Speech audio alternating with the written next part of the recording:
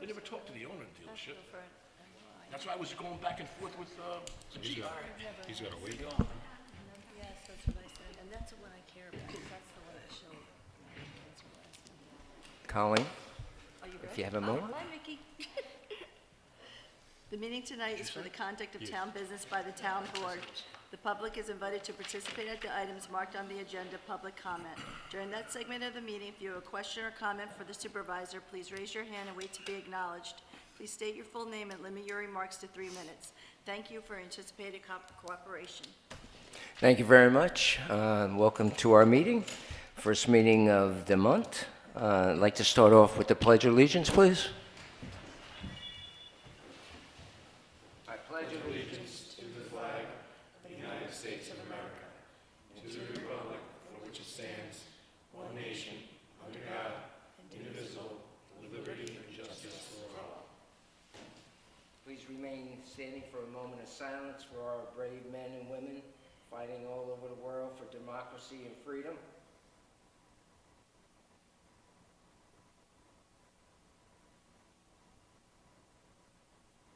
Thank you.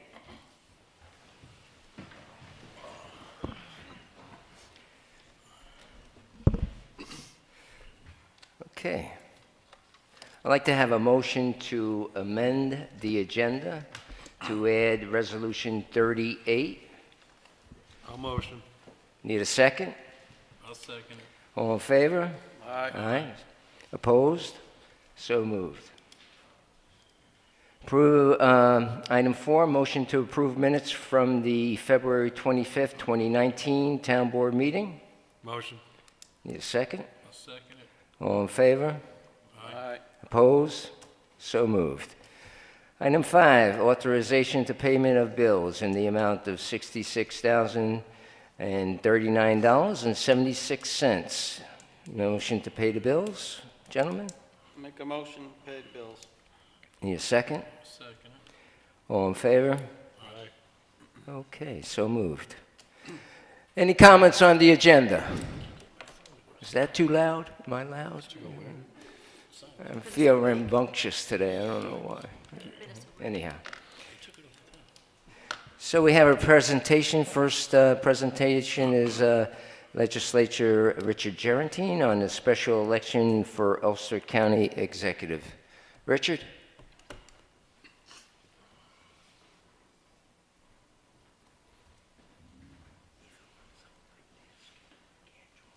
Good evening, and thank you. I'm here tonight to tell everyone really what's going on in Ulster County regarding a special election. If people do not know, it's April 30th of this year. Let me just give you a little background of what transpired, and then I'll give you my opinion of why I voted the way I did. There again, I want to thank the board for having me here tonight, and thank the public here for listening to me for a few minutes. There was our county exec, Mike Hines, who actually resigned, took a job with the governor's office February 11th.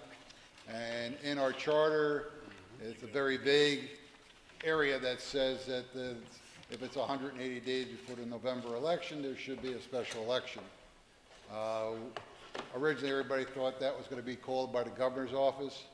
Unfortunately, or fortunately, the case may be, the governor says that was his prerogative to call the special election. He said it was the Board of Elections. The Board of Elections said that it wasn't their prerogative, so it came back to the county legislative body. Basically, yeah, there are some concerns regarding what it actually says in there. Actually, they took it up to the Rules Committee last week. They're going to change that section to really specify exactly what transpires. But I mean, when they did the charter back 9 years ago, I'm sure they couldn't consider every little detail that was going to happen when someone resigns. We have an order of secession regarding what the protocol would be. The deputy county exec would move up to the county exec. One of the executive or deputies would move up as an acting deputy executive. So there was an order of secession. We're in that right now from February 11th to now.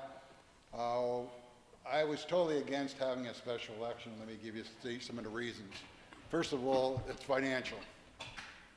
Second of all, let's first go with the first reason that basically the person who's going to serve, whoever it might be, he or she, is going to run April 30th, have an election, then there again have another election November 2nd regarding the same position.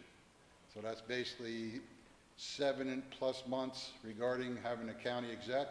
So whoever wins April 30th is probably going to gear up and come in to try to get reelected come November 2nd. So I don't know how much he or she is going to put in regarding the whole situation, but there again, you know, it's a very big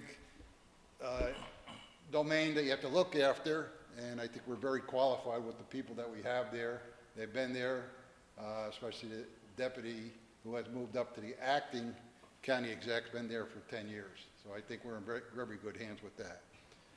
Regarding the financial end of it, right now we do not have any money in our budget appropriated for this election. This election is basically was a surprise for everybody concerned. It's going to cost the taxpayers of Ulster County in the neighborhood of $220,000 to $250,000 for this election. I mean, a substantial amount of money in my opinion. We also have the assistant deputy or the deputy county exec who moved up to the acting county exec received their salary from $125,000 to $135,000. So we have a vacancy line of the assistant deputy of $125,000 from now to the end of the year. Now, of course, she used a little bit of that money in the month of January and up to February 11th, so there's probably a savings of $115,000 right in that line. So if you add those two things together, the $250,000, $115,000, you're talking over $350,000, which for a period of time, about 7 months, is $50,000 a month that's costing the taxpayers to have a county exec. That there again, we have an acting county exec who's doing a very good job. And this is no reflection upon the people that are involved here. This is dollars and cents. We worked very hard over the years to try to save the taxpayers' money, and I think we've been very successful the last quite a few years. We had a decrease last year of probably about 0.25%, which amounts to just slightly under $300,000. And that's a savings for every taxpayer, you know, for the whole course of the year. We're going to spend that amount of money in the first, I don't know, 4 months of this year that we don't have appropriated for. So in saying all that, I really don't know the logic why we would proceed with doing this. I was outvoted in the legislative body. There is going to be a special election. And in saying all that, it's unfortunate, but I think the taxpayers are at a loss here. But that's my personal opinion, and I wanted to tell that to the board and to the public, and hopefully Mark could put it in the paper to tell people exactly what's happening up in Kingston. I'd be more than happy to answer any questions if anyone had any questions. Sure, if anybody has any questions to Mr. Gerantine, they're more than welcome. Just stand up, state your name. James Garofalo. I would like to thank you for your 28 years of service in the county legislature. Thank you very much. Well, thank you.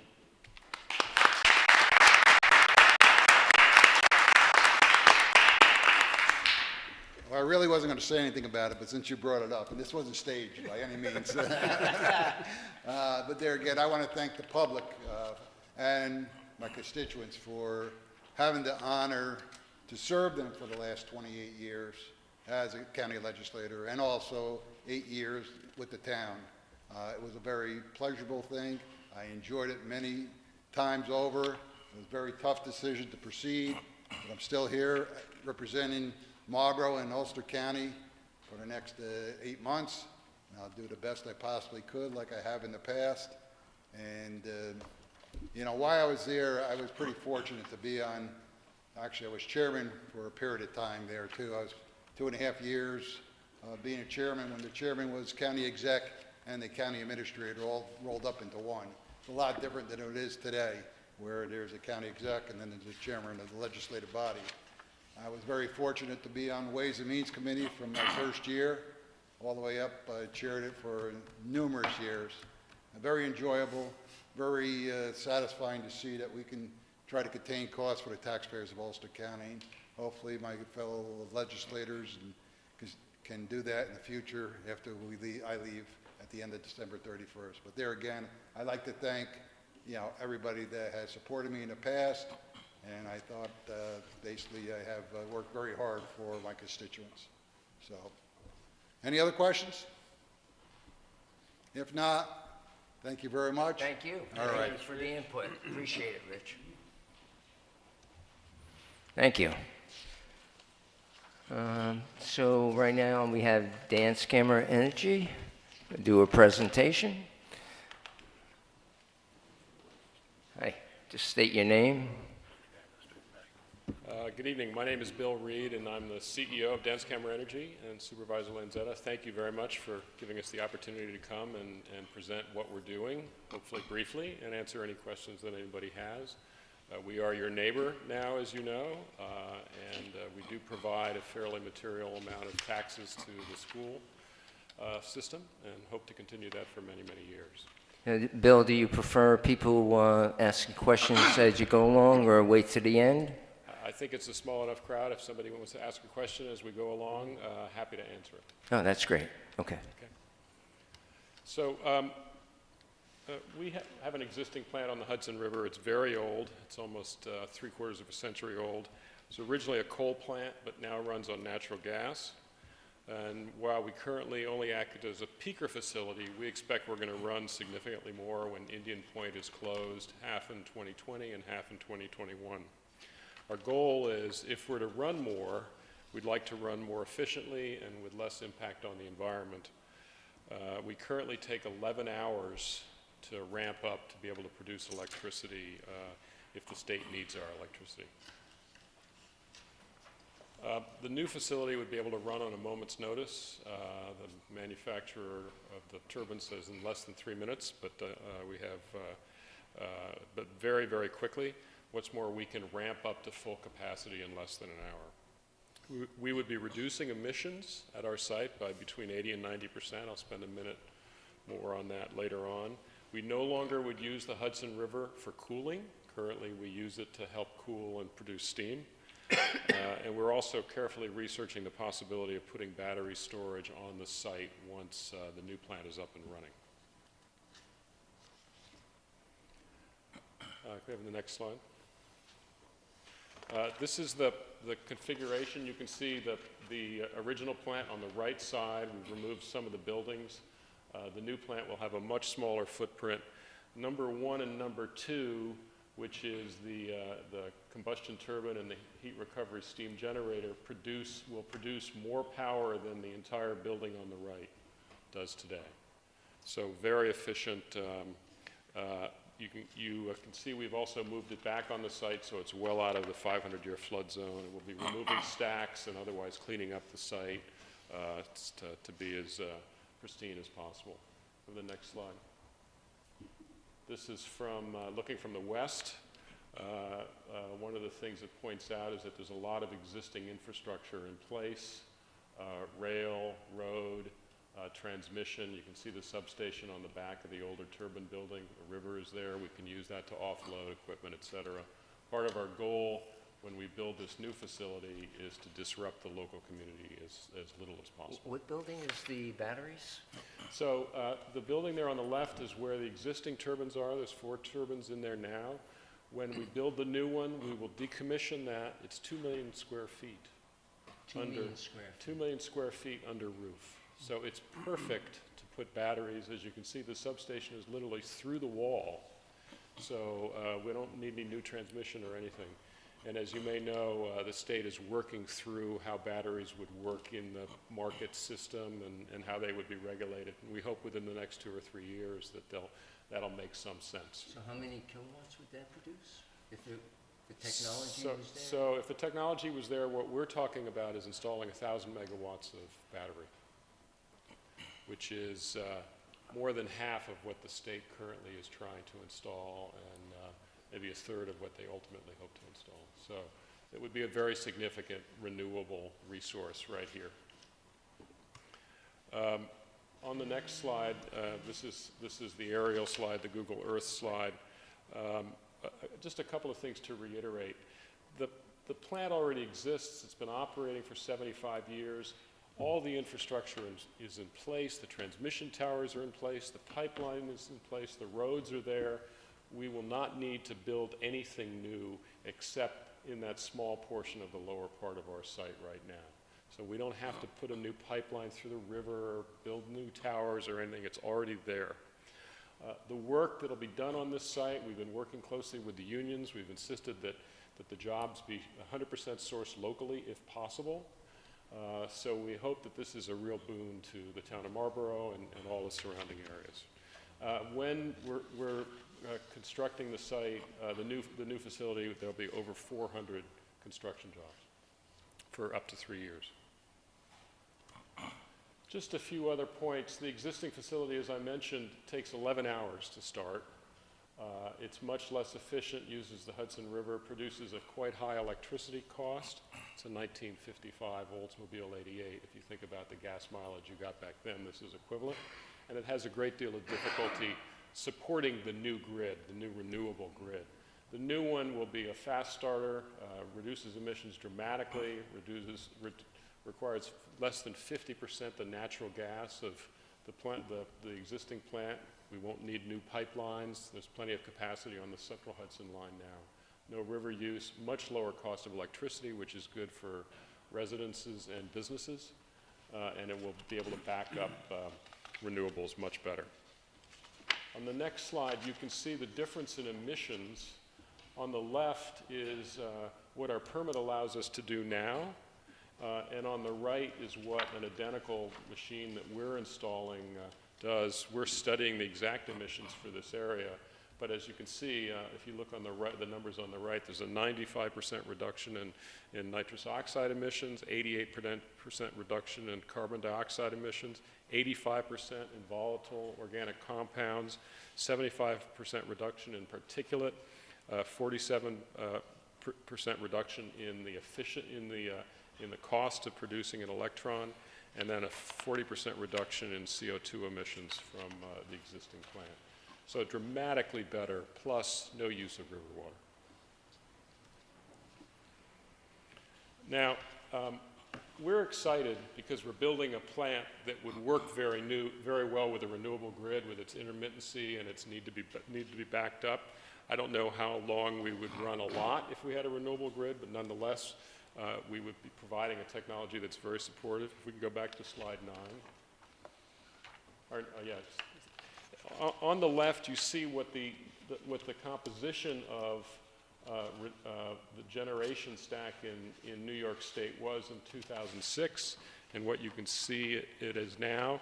We're very excited about the Green New Deal and new renewables, but to be perfectly honest, we're not building renewables anywhere near quickly enough. As you can see in the numbers on the right, in 2006 we had about 2.5% wind and other renewables. Today, 11 years later, we have less than 5%. So we've made very, very little progress. And we wish that more was going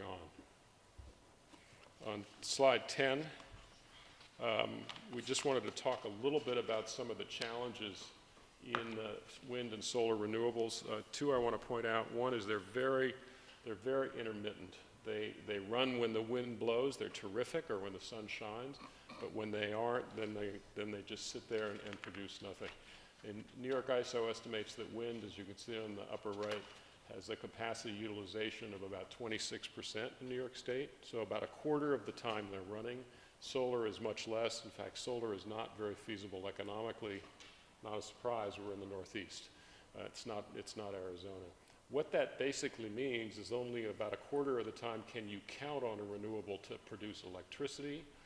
That means you need a plant like ours to run when renewables cannot contribute. Part of the challenges, if we go to slide 11, in our area is that most of the space that's available for renewables is in upstate New York. We need a lot of transmission in order to bring any renewables that are renewable power that's generated. The last major transmission line built in New York State was built in 1988. And there's big fights about one that they've been working on for many, many years now that'll come from Albany south. That the energy highway, the earliest it could be completed is in 2023. Finally, on slide 12, and this is just by way of comparison, Invenergy is building a 290 megawatt wind farm in upstate New York. It's fairly close to being permitted. 290 megawatts of wind, given the 26% capacity factor, would only produce 75 to 90 megawatts. Our plant will produce 535 with a top end of 600 megawatts. That fairly small generating source will require 28,000 acres and 9 miles of roads to be built in order to build the facilities. 121 turbine machines on towers that reach almost 600 feet. There will be a lot of tree removal in order to build this wind farm. The wildlife impact is, this is a huge migratory bird area, particularly in upstate New York. It's fairly devastating. Not many people talk about that. And then they'll have to put in new transmission lines to bring the power down here. At Danskammer, our space used is, we'll use about 10 acres of our existing site, not 28,000. Just by way of comparison, 28,000 acres is the island of Manhattan plus the Bronx. So that's a lot of land just to produce about 100 megawatts of power. We would produce 5 times that on 10 acres. And then once again, we have terrific environmental benefits in terms of reducing emissions and no need for other infrastructure. We're operating under Article 10, which is a fairly new legislation put in place 3 years ago in Albany, which means that everything we do, we have to have public meetings, file all the studies, answer any questions people have. If you have a question of us and you can submit it through the Public Service Commission website, we have to answer it, and are happy to. We're about 2/3 of the way through our filings. We filed our preliminary scoping statement last month. Siting board appointments should be made fairly soon, and we're hoping that a decision made on this plant will be made in the middle of 2020, and then we have about a 30-month construction process. Some of the studies we're going to do, you can see we're going to be studying wetlands, traffic, noise, cultural resource issues, the visual impact of the new facility. Frankly, it will be positive because we'll be taking down another facility or much of another facility that has more stacks and is much more visible, air emissions, et cetera, et cetera.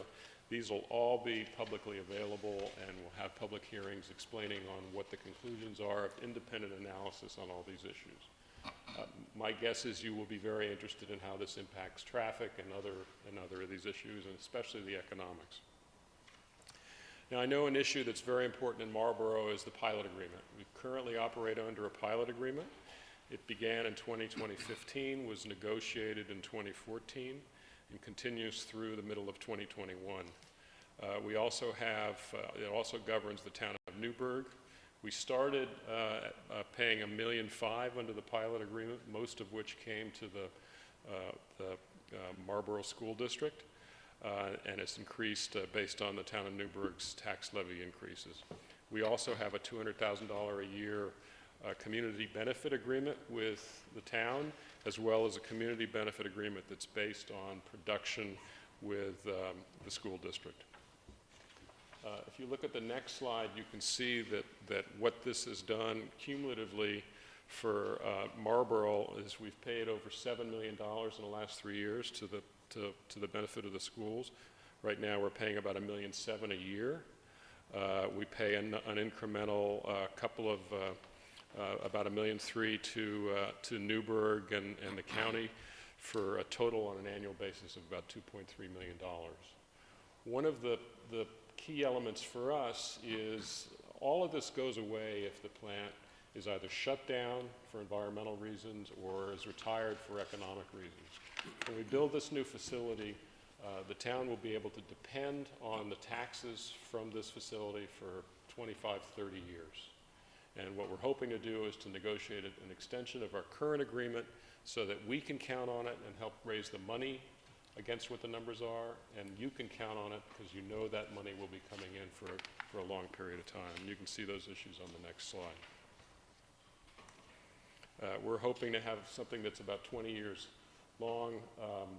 We haven't figured out what the levels will be because we're still trying to figure out costs and valuation. We've just started the conversation with the IDA, Orange County IDA, who takes the lead on the discussions, and we've been working carefully with the staff there, and hopefully within a month or so we'll know exactly what the numbers will be.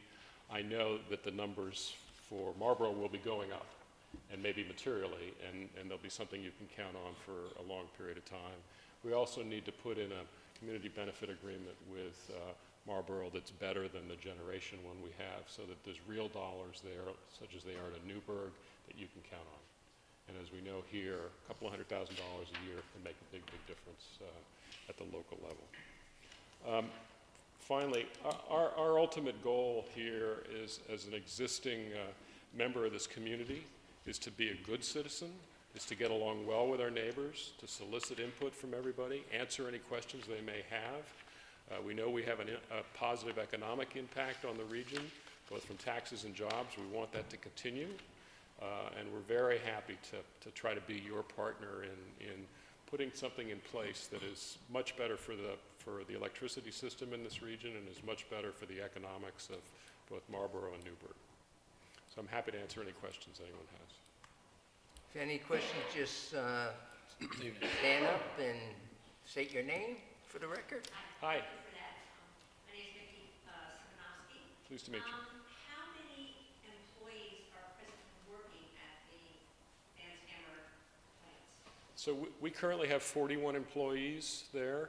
The plant is ready to run every day. A lot of them are doing maintenance work on a regular basis. There's probably several multiples of that of local contractors that come in and help us do all that work, whether they're electrical or carting or working on the sewer system or other things. So quite a significant contribution to what's happening at the labor level here in the area. The new plant will have 41 or 42 people total on a sustainable basis. And these are relatively high-paying jobs. I think the average compensation now, Jan, do you know, it's north of $90,000 a year. And it will be going up as we put in a new plant that's more sophisticated, et cetera. I'm sorry, what was the salary? My recollection is that the average compensation is over $90,000 a year, plus fringes and benefits, it's about $125,000 a year. And will the new plant be generating any heat that would actually raise the water temperature in the surrounding area? No. So that goes away. You see the number 4 up there? Those are basically air conditioners. They're called air-cooled condensers. So rather than using water to produce steam and cool off the exhaust that comes out, we'll be using the air.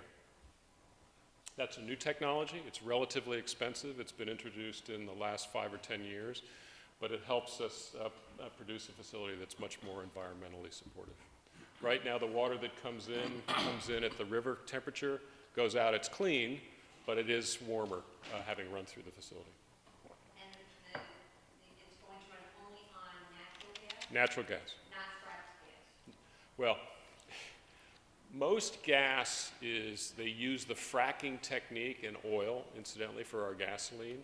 Wherever it comes, most of our gas is coming out of Canada, but we use the same natural gas that you use in your own homes. It all comes from Central Hudson. There's no distinction between how it's made, whether it used fracking or didn't. It doesn't have any chemicals in it. It's all clean and processed, so it has no deleterious features to it, but it somewhere far upstream may have fracked to get it. We don't know, and we just buy what Central Hudson sells you and sells us. And the reason I ask that is that I'm of the understanding that propane gas emits far fewer emissions than fracked gas. So the methane, that fracked gas is actually propane, is that accurate? Well, we don't emit methane. We burn the methane. That's what produces the electricity. So this is not a source, unless we have a leak, which would be very painful for us economically, and we keep track of. We're not a source of methane emissions into the atmosphere. That's what we use to run the plant on. And so then, do you have any projections as to when the industry, and by and large, would be converting over to non-renewable sources? Well, the state has a goal to renewable source or non-renewable? To renewable. The state just went from 50% by 2030 to 70% by 2040. The Green New Deal plan is trying to get to 100%, which I'm not even sure is technologically feasible, but it's a great goal. But I think we're going to have, if we can meet our goals, they'll be dramatically, we'll probably reach 50%. I don't know, Jan, I'm sorry, I should have introduced my teammates. Jan Garcia is our project engineer, and Michelle Hook is our VP of Public Affairs. Forgive me for not introducing them earlier. We hope to be at 50% renewable by 2030 or so. So I guess one of my thoughts as you were giving the presentation was, how long do you actually expect this facility to be in operation? So it's a very good question.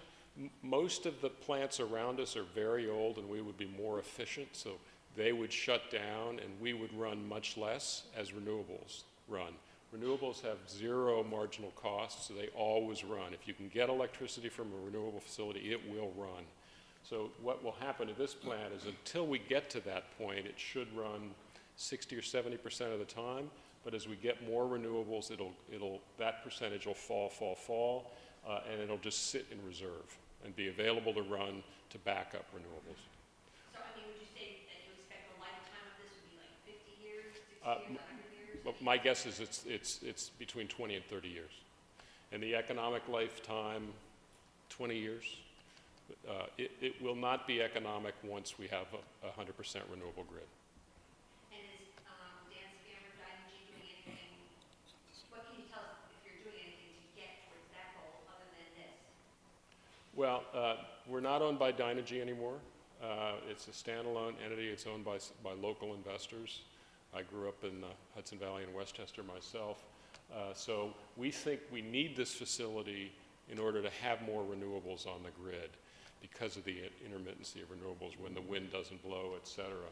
So we think we're helping get to a more renewable future. Without a facility like this, we will have a problem. We need this technology.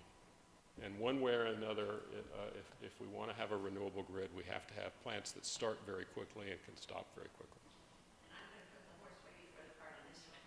But if say, it's anticipated that it's going to be 30, 40 years, in your whole plan, are you also planning on what happens if and when the plant does have to close down? Well, that's one of the land, I'm thinking. what we wanted to do is, that's why we talked about batteries. I mean, for us, the dream is to be able to transition to where this plant is only running when it's needed, but is using batteries to support the renewable grid. So we would charge the batteries off of wind power and then discharge them if the wind wasn't blowing. So in an ideal world, this has a much longer useful life because we've had the far-seeking technology in place. So then, if I understand this correctly, so that if wind power, say wind power from Buffalo gets into the grid and all that other pipeline, Yep. power lines, everything. Yep. So this would actually be able to be a storage Yes. battery for however that power line gets fed into us. Yeah, and the problem with wind or solar is that when it stops, when it blows, it produces almost too much. So if we have batteries, we can charge the batteries then. When it stops blowing, you can discharge the batteries.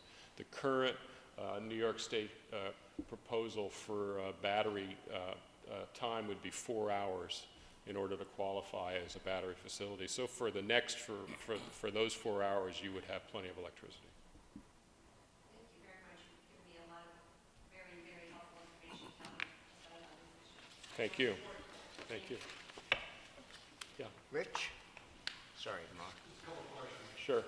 Number one, right now, this plant's going to be on demand only, correct? Like it is now? The plant is on demand only, yes. We run when New York ISO says there's going to be storms or it's going to be too hot or whatever, because we're not very efficient, but we have to be able to run every day. So we may not be running, but we're available to run every day. Understand, your own demand only. Yes. And the grid itself. Yes. correct? The problem that down in Westchester, from what I understand, is Con Ed's having a tough time providing natural gas to a lot of commercial clients. Yeah.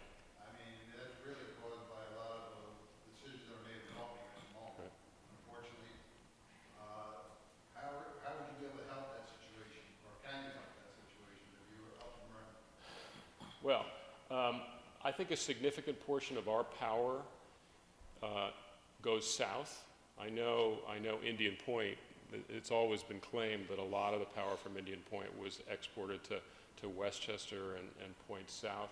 We become part of the facilities that are replacing Indian Point. So to the extent that Westchester needs electricity, it would be coming from our zone and maybe even points north. We can't solve the pipeline capacity problem that Con Ed has. We need to expand the size of the pipeline so they can bring in more natural gas. We're shutting down coal, we're shutting down nuclear. Until we have renewables, we have to put in place efficient natural gas, but we have to be able to get the natural gas there. And it's actually a very real problem. My last question, you said in 2021 Yeah. that your pilot expires. The current pilot, yes.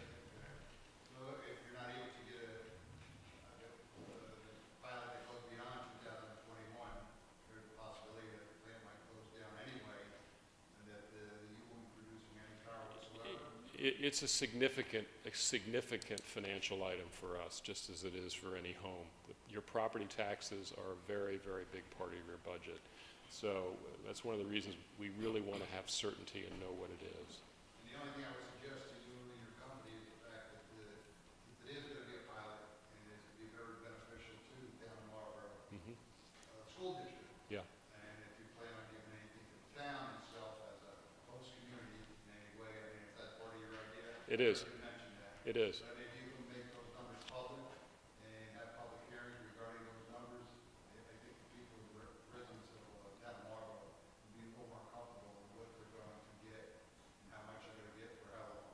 I appreciate that. I'm not responsible for the process. We work with the IDA and the county, so it's really their call as to what gets out there, but we've been consulting with both the town of Marlborough as well as the supervisors who are running the school district and intend to continue to do that. Thank you. Mark? Mark? Yeah, Mark. Mark Reynolds, I'm Hey, Mark. Bill, we spoke a little while back about the older plant. If you get this one built, Yeah. the older plant will stay in effect how long, and if you take it down, when do you think you might take it down? So when we turn the new plant on, we will turn the old plant off. So we're literally transferring our transmission rights from the old to the new. We'll then, in that blank spot beneath one is a pollution control house, and there's a bunch of other stuff we're going to remove immediately, including exhaust towers and other things. We'd like to repurpose the building for some renewable use. That's a 5-year project, clearly. I can't tell you whether that'll work or it won't. Right now, it looks like we may be able to use it for something that's better for the community. Such as the battery? Yes, such as the batteries. If none of that is possible, then we'd probably take the whole building down. So you would gauge that within the first 4 or 5 years? Yes, yes. On that. And now the other question I have is, you mentioned that a little bit ago that there will be problems if it's not built. Can you elaborate on what you meant by what kinds of problems if this is not built?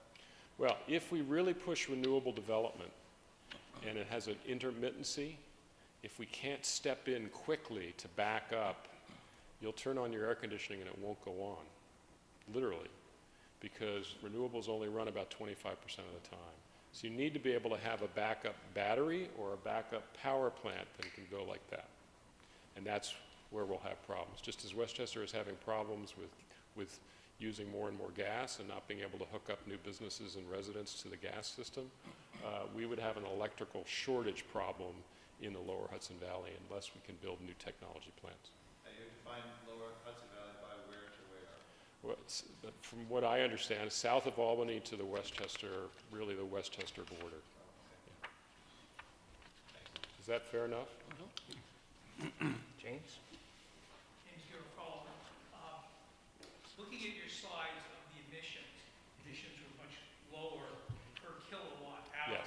But I think it would also be fair if to the public, you would show this is what the plant is generating now, Yeah. and this is what the total plant is. 'Cause Yes. I think it's very good that per kilowatt hour it's down, but I think it would also be fair, particularly to people living in that immediate area, if they saw what the total generation of emissions is going to be based on your expectations. Because again, you don't really know 100%. It's going to vary because of your intermittent supply Right. of power. Right. But I think that would be something that you should show in addition, even though it's not as positive looking to your cost as showing it by kilowatt hour. But I think that that's very good, and certainly that kilowatt hour is probably, the poor stuff is probably in other places also, so you will be replacing other places which also Right. may not be working very efficiently. Right. It's a very good point. It's a little bit of a subtle point, but we don't run very much now, and we hope if we're much more efficient and cheaper, we'll run much more. Once Indian Point closes, though, we're going to run 4 or 5 times as much as we are now, so it gets to be more like that. If the new plant is running, older, less efficient plants won't be, so part of our studies that we've described in the Public Service Commission filing, which is on their website, says take a look at the old plant, the new plant, and the whole region from an emission standpoint 5 and 10 years out, and that will all be publicly available, and it really is something we need to explain to the public. You're absolutely right. Just an engineering question. You say you're going to air cool Yeah. most of the condensers? Yes. Will that involve a lot of large commercial-sized chillers or fans? And if so, is that a noise factor for this area? Jan, you want to talk about how the fans work? Yeah, so you're correct. It is air cooled. It will be 20 cells of large capacity fans. Number 4 in the slide up here. The noise is hard to judge at this point. We do know that the average ACC noise is around 85 dB, but what's important to study is the actual area and the topography of the area and how that noise is going to echo around the area and how it will impact. So, again, like Bill was telling you, that's another major study that we do with Article 10 in the state to understand where that noise is. And that's all, it's actually already started. So that particular study, we're actually studying the noise now without the station there. And we're doing it in the summer, and we're doing it in the wintertime. Just to prepare ourselves for a major noise study. Once we get more of the engineering side complete, we can have a better engineering projection of what the noise will actually be. Then we can do the calculations and determine what that noise level will be once the plant is running. One of the benefits of this site is that we're surrounded by hills. So the closest neighborhood is over 1,000 yards away. So hopefully the noise impacts will be very, very minimal. But we have to study it, and we'll be reporting back on that. Our immediate neighbor is the Roseton Power Plant, and I don't think they really care too much about the noise because they're so noisy themselves. I have a quick question. Yes. Councilman Koenig? Just a quick question on the natural gas line. You said that there's not going to be a need for an additional Right. line. You can Right. use the existing one. Now, maybe piggybacking off of what Rich said, I've been reading the articles down here in Westchester County just about communities trying for future, for expansion of the natural gas businesses, Yeah. both residential. We've been fortunate enough to see both hamlets expand within the last decade, actually Marlborough more recently. And, we're applauding that, and we're seeing new businesses come in, whether restaurants and some other manufacturing. With the demand, obviously we know it's going to go up. Indian Point's going to close. I understand about the renewables. New York State's going to be challenging. So this plant's probably going to be run, a lot, we'll Yes. say. Yeah. What's the capacity in the pipeline now? How much do you see this plant using, and what's going to be left in reserve for, let's say, future expansion of both Newburgh and Marlborough? So our pipeline is dedicated to our plant. It's a Central Hudson pipe. It's dedicated to our plant in Roseton. It currently does 110 decatherms capacity a day, So, yes. and will be significantly less than that with the new facility. But we pull off of two major pipelines, Algonquin and Iroquois, and also Transco, Zone 6, I believe. So 3 pipelines that come into the region. This region does not have a gas issue.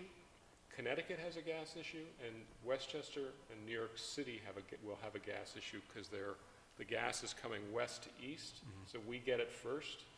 But over time, that's going to be a problem for those who are east of us and south of us. Should not be an issue for the lower Hudson Valley. Okay, just based on us having three connections. Correct. Correct. If this was a problem, we wouldn't be that interested in doing this. Okay, It's I one of the just- first things you worry about is, can I actually run it? Yeah, okay. I got a point or a question, but I don't know how you would stay profitable in the future with renewables being what they want them to be, and if you stay with a current plant of being able to only come up 11 hours after you're told it needs to be put online. I see it's like almost impossibility to keep up with the need in the future, so why wouldn't you want to do this? I mean, I could see the need for doing this, because you could turn on the plant like that compared to 11 hours of wait time. And then 11 hours of shutting it down, too. I don't know what's going to happen. I do know if Indian Point shuts down, that this plant will run more. Hopefully, it'll run profitably, but I can't guarantee that. I know that the engineering capability of this plant is 8 to 10 years, or until something breaks that's expensive, which you wouldn't rebuild, just like your old air conditioning system or something like that. The new plant, we know, would be very profitable. It would be the most efficient and the best generator of electricity in the region. That's one of the reasons why we want to take something that may not have that much long of a life and put something in that will be very useful for 2 decades. And so if, just say this didn't go through, and Indian Point was to be shut down, are you saying that this plant would run with coal? No. I mean, we'll not never coal, you're run off coal natural again. gas. You would run it Natural gas. as is, natural gas? Natural gas. Continuously? Yeah, well, no, it won't run continuously. It might run, if we run less than 5% of the time, we might run 20% of the time. Right. So what we're saying is that if you don't do anything, our plant is still available, and the New York ISO will just take dispatch for the reliability in the state. And if you don't build a new one, they'll just call on us as we are. Now, that doesn't matter if we're fast ramping or not, because the way that the ISO will increase reliability, and they do this similarly with other similar stations in the region, is they'll just turn you on when they know that they're gonna need you. And because you're not a fast ramping station, they'll just keep you on through the weekend, because they know you can't ramp down when we don't need you, and they know you're gonna take too much gas to come back up. Right. So what they'll do is they'll turn you down as much as you can, but they'll just keep you on. And what we're saying is that if you have an older station that produces, a lot of pollution per megawatt, and you need that reliability, then you're gonna run these older and less efficient stations. If we have the new station, then they'll be able to utilize us for these on and offs, and they'll displace all the other older stations in the area. And that's what we're seeing. Yeah, so as it is now, you're basically, if they think they're gonna need you on the weekend, it's like you starting your car and Yes. letting it idle in the driveway. Yes, you get it. And if you need it, you get in it and drive it. So Except that's you not don't- very efficient. You don't go yeah. out before you take your shower and turn it on. You go out the night before and turn it Exactly, on. okay. And that's how they ramp us up, is they say, okay, you need to be on by, you'll get it at 10 o'clock in the morning typically, and they'll say you'll need to be on by 5 o'clock in the morning tomorrow. Okay. And that gives us the amount of time that it takes us to ramp up. Right. Now, that won't be the same for the new station, right? They'll say that, oh, well, it looks like the cloud coverage is gonna cover some of our renewables. Well, we're gonna turn on gas and make sure that everyone's power supply. And they can do that within 30 minutes. Gotcha. So in the future, so let's say in 2021, for whatever reason, it doesn't happen, right? I'm hoping it does. But just let's say it doesn't happen. What's your plans on staying open and continually to pay into the taxpayers of the town of Marlborough and getting a new pilot for the current plant? If Indian Point doesn't close, the economics of this plant turn Right. pretty negative pretty quickly. So would you say if you don't build this plant, you almost won't stay open? Is that kind of? I think if we were here 10 years from now, we would not be running. maybe not 5 years from And now, have they to be talked about, because, you know, we get some bits of information, you know, the supervisor's been a little more involved from Newburgh, but again, if something doesn't happen, have you even talked about a pilot program for if it didn't happen? honest. No, we haven't. So that hasn't come up yet, okay. No, we're hoping we Hoping get for the everybody's best. support. Right. And we Oh, can go yes. build something that's good for the environment and sustainable for both economically and financially for a long time. Right. I think environmentally, it's a home run. Yeah. Yeah. James, one more time. Noise there is a reduction as you double the distance, so the distance is very important Yeah. to reducing the noise. And I think, because this is in Newburgh, I think it's important for you to talk to Newburgh and make sure they don't start putting a lot of houses nearby you. I mean, that's a zoning issue for them, but I hope you will, talk to them about it so that you don't run into a problem, which has happened in many areas like New York City, where people build houses next to airports. You know, they gotta know that they're noisy, but that's not the kind of thing you wanna, have happen, so I hope you will talk to them, about that, and, you know, see to other uses in that area, if you're gonna be generating some. Can we go back to slide 6, whoever's Sure. holding this? 6? As you can see here, and this looks flat, but there's about, go back, there's what, over 100 feet of elevation between the river and the top of the hill. Almost 200 feet, I guess, right, Jan? Yes. And there's no houses that you can see from there. The houses are on the other side of the hill, and we own all that property, and we own all the land between us and River Road. So they can't just decide to put a condo development on the top of the ridge, which would be a problem for all of us, I think. Fortunately. If we were just that little piece down there, you know, that'd be a different matter. But we own enough land around us, and what we don't own, Central Hudson owns, that I think from a noise I feel very confident from a noise standpoint it will be a positive outcome, but we have to prove it, so we hope to. And then to the north of that is the quarry, it's Trap The Rock. north of it is to the quarry, and the south, here you see those tanks are, that's Roseton. Yeah, so there's not a lot of room. Can you just explain to the public, like, this came up when we had the opposing side here. Yeah. What is your plans to do with the ash piles and how you're going to contain it? So, very good question. In fact, Sandra came in, we gave her a full tour and answered all her questions. You can see the landfill up there. It's about 2/3 covered, permanently covered with grass, et cetera. About 1/3 we can still put things into. We're not burning coal, so we're not generating So any you'll more cap ash the for it. rest of it? So we've just finished the negotiation with the Department of the Environment to start the planning to cap it and put grass on top and then probably put solar on the top of that. Every day we monitor any water on the site. If there's water that comes off the hillside, we capture it in those, what looks like ponds on the side of it. They are ponds. If the water's tested, if it needs to be treated, it's treated before anything is released. So, and that's part of our deal. We also have a bond against that for 30 years. Whatever happens to the site, the state has a bond, you know, making sure that the monitoring and the treatment of any water that comes off the site and out of the landfill is there and is available. So there's really no chance that we can walk away and this ends up being some major problem. It really shouldn't be. It'd be a problem for us because we're liable. And we'll remain liable so long as we're running the plant. Okay.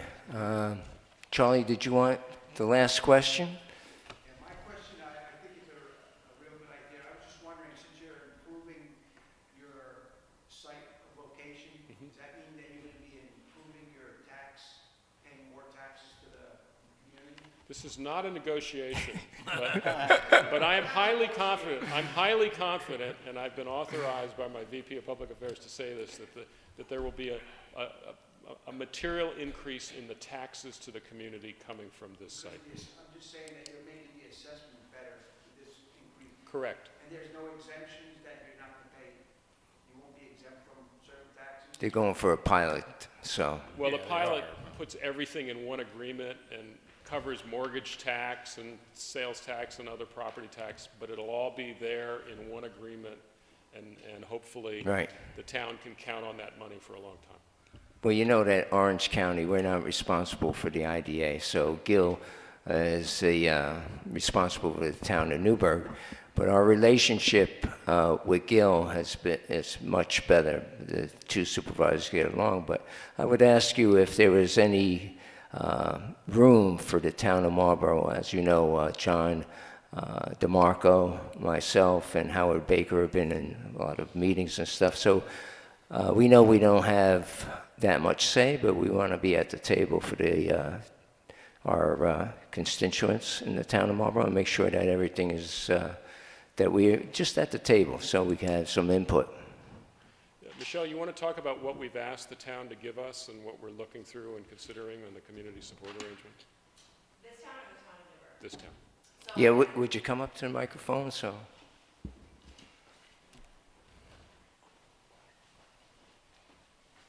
So Supervisor, as you know, yourself and Howard Baker, I've reached out to you to find out what your wish list of items is, things that we can help out with. We want to try to include as much as we can, not only for the school district, but for the town in any new agreement. And I'm aware that you are also talking to the supervisor of Newburgh. So if the IDA decides that you don't have a seat at the table for whatever reason, I'm hoping that Gil can, and my continued communication with you, in addition to Gil being at the table and you speaking with him, can help foster a better community benefit for the town of Marlborough. Thank you. Anything else? I think we're all set. Thank you very much. I want to thank you very much. Thank you, everybody, for your Thank questions. you. Thanks. Thank you.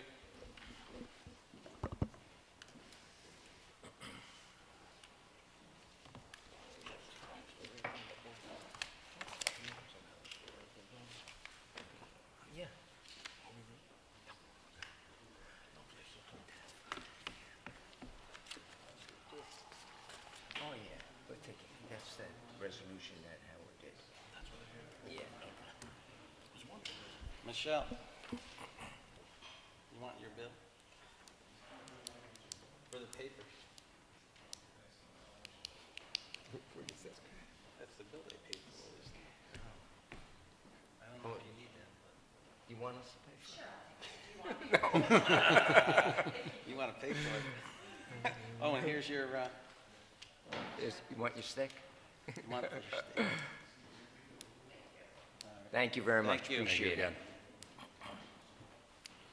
Okay, thank you very much. Did Rich leave?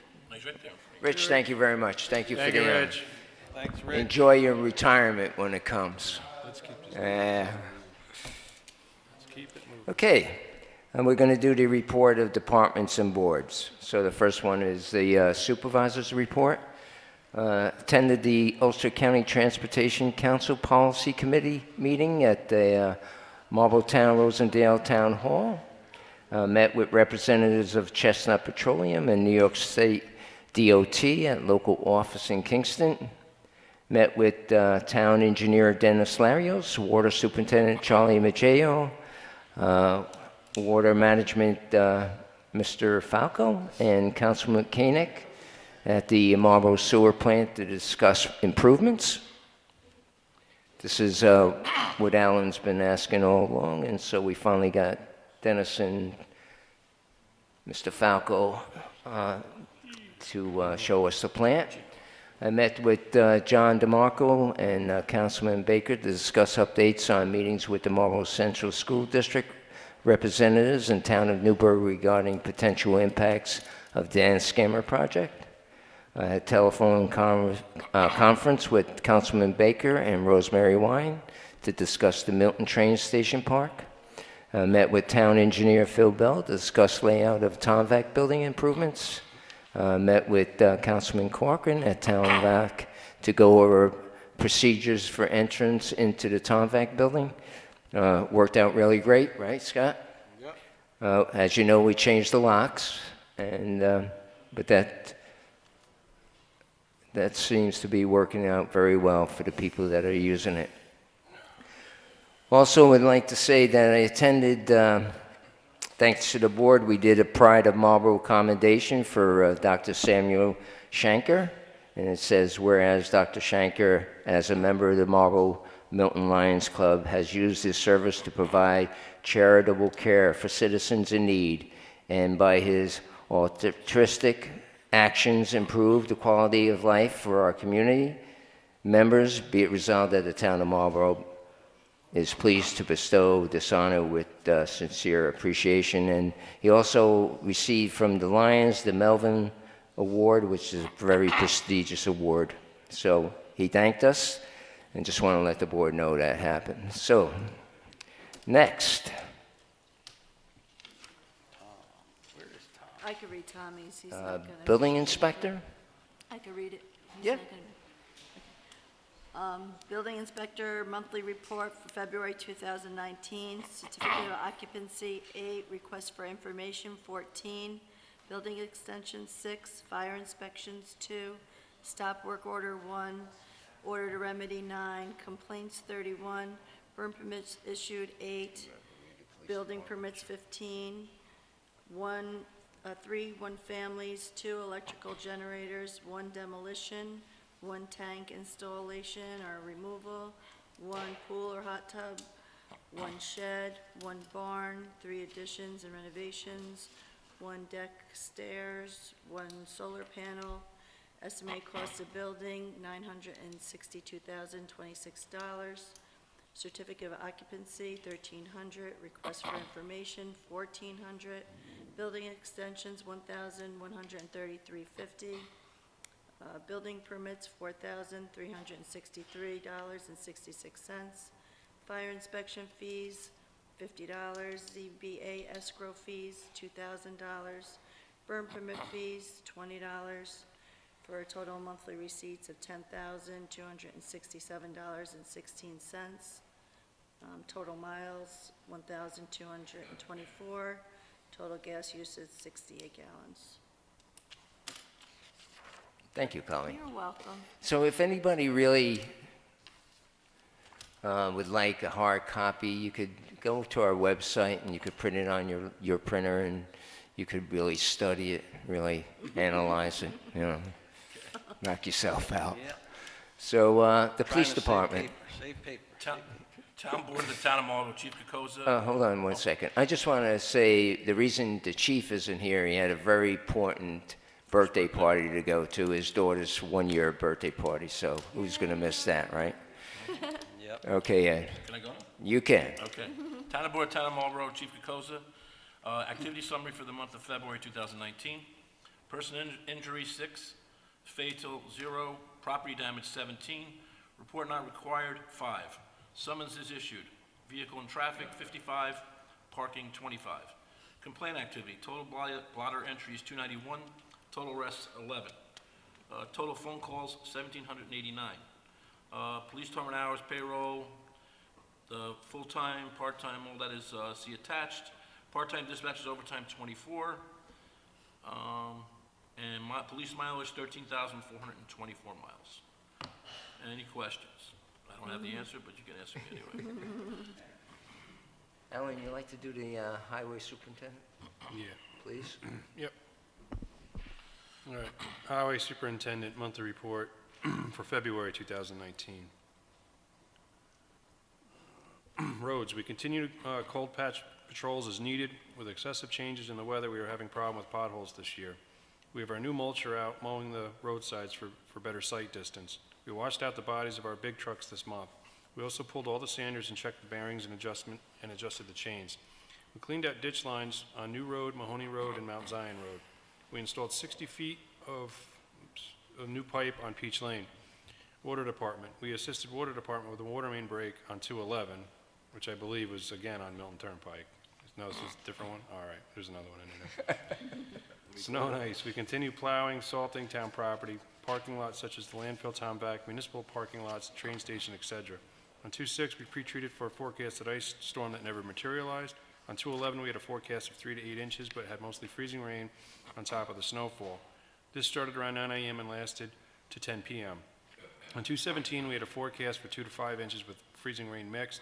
This started around midnight, and we were in at 4 a.m. to plow off. We had the roads clear by dawn, but we then had a freezing fog that glazed over the roads.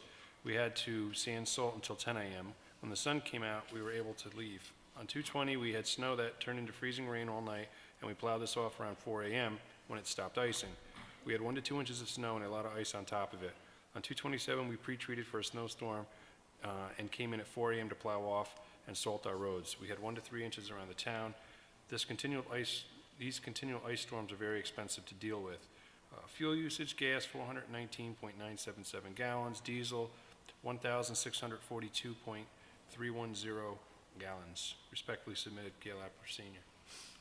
Thank you, Alan. Charles?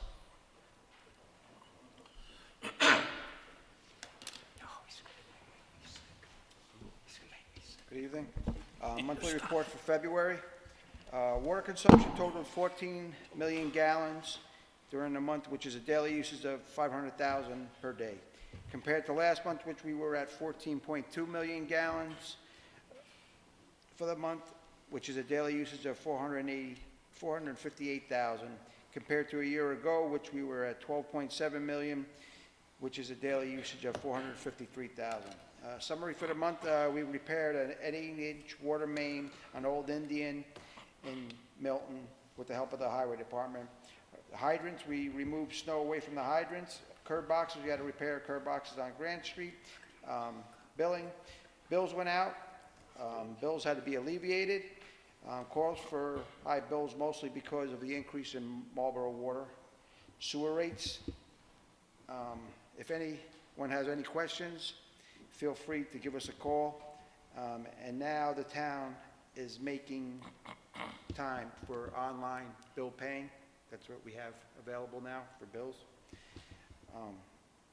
Closings, we had 4, markouts 15, gallons of gas used 375, and the mileage for the month is 2,100. We did have a water main break on Milton Turnpike, but that was on a 6-inch main, and again, it was just a stress crack. We don't know if it's from the soil, maybe, because there's a lot of clay soil there, but it's not the same main as what's been happening. Thank you. Thanks, Bob. Turnpike. Alan? What's that? I think so.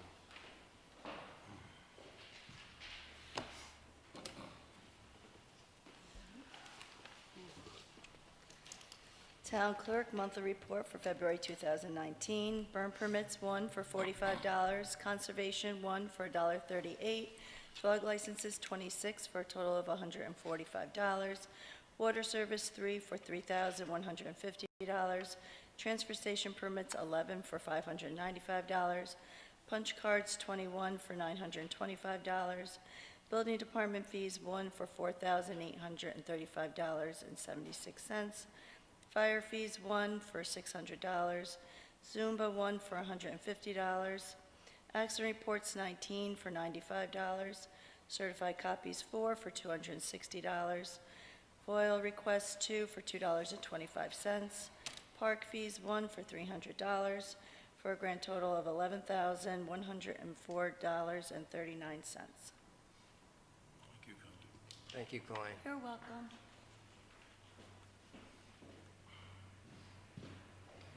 Okay. So this is from Julian Falcon, who's taken over for Dad. Water quality management. March the 4th, 2019, report of the Marlborough wastewater treatment plant for February 2019. The average flow meter reading to the plant was 134,000 gallons per day. The design capacity is 175,000 gallons per day. We use 77% capacity. The process is meeting all other speedies requirements. Lab results show that we removed 96 of BOD and 95 cents of suspended solids during the month. Milton wastewater treatment plant, the average flow to the Milton plant during February 2019 was 32,000 gallons per day. This is about 58% of design capacity, 55 gallons per day. We showed 98% of BOD and 94% of TSS removal. The process is working well, meeting speedies requirement. Overall, both wastewater treatment plants are in good working order, but getting older. The collection system is being monitored and maintained by Charlie Maggio in the water department. And if you have any additional information, please do not hesitate to contact me, and that's Julian Falcon. Thank you. On the dog warden, Town of Marlborough dog warden. February 2019, we received a total of 13 calls this month, including calls to service from Marlborough PD, State Police, and Ulster County Sheriff. Responded to 3 active complaints or cases which are now closed or resolved. We currently have 2 open cases that we have been addressed. Both are ongoing or unresolved. We impounded 0 stray dogs this month. We currently have no dogs in the kennel. We had 0 dog bites reported this month. That's a good thing. We have 0 cases in the Marlborough Justice Court at this time. And that's from Andrew McGee. Assessor's office. See, I'm going to read all the little ones and then give somebody the big one. So this is from Cindy. Well, am I jumping ahead or am I? I'm okay? Okay. Cindy Hilbert. We prepared 3 property tax estimates. We finished collecting all our real property tax exemption paperwork. We are in the process of reviewing and approving the exemptions.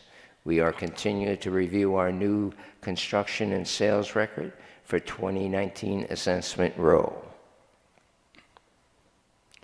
Actually, I don't think the planning board review is too bad. Who would like to take it? How about you, Scott? Town of Marlborough Planning Board Review, February 2019, February 4th, 2018. It should be 2019, I would assume. Both of that. Approval for above minutes is granted unanimously. Attendees: Chris Brandt, Cindy Lanzetta, Manny Cauchi, Joe LaFaro, Joel Contrali. Agenda: Young's 9W, Plymouth, 1871, Route 9W, Milton sketch and site plan. At the request of the board, the applicant representative appeared to update their progress on the previously submitted site plan. There has been no response from either New York DOT or Ulster County Department of Public Works. Pat Hines will inquire with the above agencies and resubmit if necessary. Proposed lighting should be included in future plans, and overseas storage containers on site needed to be addressed by the town code enforcement officer. Previous comments from the Ulster County Planning and this board requested the applicant address the need for sidewalks and or pedestrian improvements in the vicinity of the project. Next deadline, Friday, February 8th, 2019. Next scheduled meeting, Tuesday, February 19th, 2019. Meeting February 19th, 2019, 7:30 p.m. Board members: Manny Cauchi submitted 2 hours of professional development for attending the SECRA seminar. Attendees: Chris Brand, Cindy Lanzetta, Manny Cauchi, Joe LaFaro, and Joel Contrali. Agenda: Milton Turnpike Solar Farm, 132 Milton Turnpike, Milton Public Hearing Site Plan. The public hearing was reopened as requested. The applicant presented the alternative panel layout so as to minimize visual impact of the project as seen from historic Samuel Morrison property located across the Hudson River. The planning board declared its intent to act as lead agency and circulate it all interested and involved agency, as the project is likely to a type 1 action under SECRA. Involved agencies will include the New York State DEC. The statutes of Ulster County Department of Public Works approval is outstanding. The proposal for the project's pilot agreement between the town, county, and Marlborough Central School District was reviewed and under review by the planning board attorney. The public hearing was adjourned until March 4th, 2019. Smith Subdivision, First Street, Marlborough, preliminary subdivision. Project requires comments from the highway superintendent regarding the revised roadway layout submitted. Sign off from water superintendent regarding location of a well within the water district is required. A reduced area of dedication for the turnaround proposed has been provided. Proposed public improvement must be bonded prior to plant stamping. A public hearing is scheduled for March 18th, 2019. Next was Royal Energy Properties, 1666 Route 9W, Marlborough sketch site plan. The applicant is proposing the construction of a 53,200 square foot cold storage warehouse and associated site improvements. The project is currently located in the RAG1 zone. The applicant is requesting approval from the town board for a BC overlay zone approval. However, the current plans identify lot deficiencies within the HD district. The applicant was made aware that the town board is entitled to establish area requirements as they find appropriate to the circumstances. If the town board does not choose to establish and/or modify the current area requirements for this project, the applicant will be required to appear for relief from the Marlborough ZBA. After discussion, the applicant's representative indicated some manufacturing may occur on site. The applicant was advised to clarify all uses on site, including anticipated future use, and reappear after appealing to the town board for relief. Next, Wade Catlin Davis, 39 Reservoir Road, Marlborough, sketch lot line. The applicant representative presented plans to consolidate 2 adjoining lots and make a lot line change to the adjacent property. One of these lots contains the existing residential structure. As the proposed actions involve 3 parcels, the applicant does not meet the town's streamlined lot line approval process. A public hearing is scheduled for March 18th, 2019 meeting. Next deadline, Friday, February 22nd, 2019. Next scheduled meeting, Monday, March 4th, 2019. Respectfully submitted, Chris Brand, Chairman of the Town of Marlborough Planning Board. Thank you, Scott. Appreciate that. Yep. So do I. So do you, Al. Okay, going to report of the committees. Recreation Committee. So Recreation Committee, ongoing with Tomback, we've been doing there. We, like Al said, we changed the locks at Tomback. We got updated on all the back rental from all the recreational people using Tomback. So that's set. Next thing that the town will be sponsoring is the annual Easter egg hunt. It's going to be on Friday, April 12th at the Hudson Valley Sports Dome, and thanks to the Polizzi family again for donating the dome. It's going to start at 5 o'clock, and it will go to about 6:30, 7 o'clock. So we will have some, the same thing, face painting going on, goodie bags for each kid. Zumba is going to have some classes going on for the kids up there, and we're possibly talking about getting a magician. So this is all in the works. It's just a matter if we can make it all fit in 2 hours. So next recreational meeting is probably going to be within the next 2 weeks. So we'll send out a note. Pisa? Yeah, Nick, I said thanks to Nick for giving us the dome again, Okay. as you normal. Yep. Yeah, I think that seems everything. We have a new policy. Everybody filled out the policy, gave their insurance, gave their money the first. So things are working out great. Yep. Thank God. Alan? Anything on the Emergency Management Preparedness Committee? No updates, no. Hopefully, the CAC, we're putting everything together for the town to review, and then we'll pass it on to the planning board. So we're real close. I know I say that every month, but this time we're really close. We're really close. Really close. IT committee? So IT committee, you could see, I think we finally got our presentation screens all worked out. It's been working well. We're going paperless as much as we can.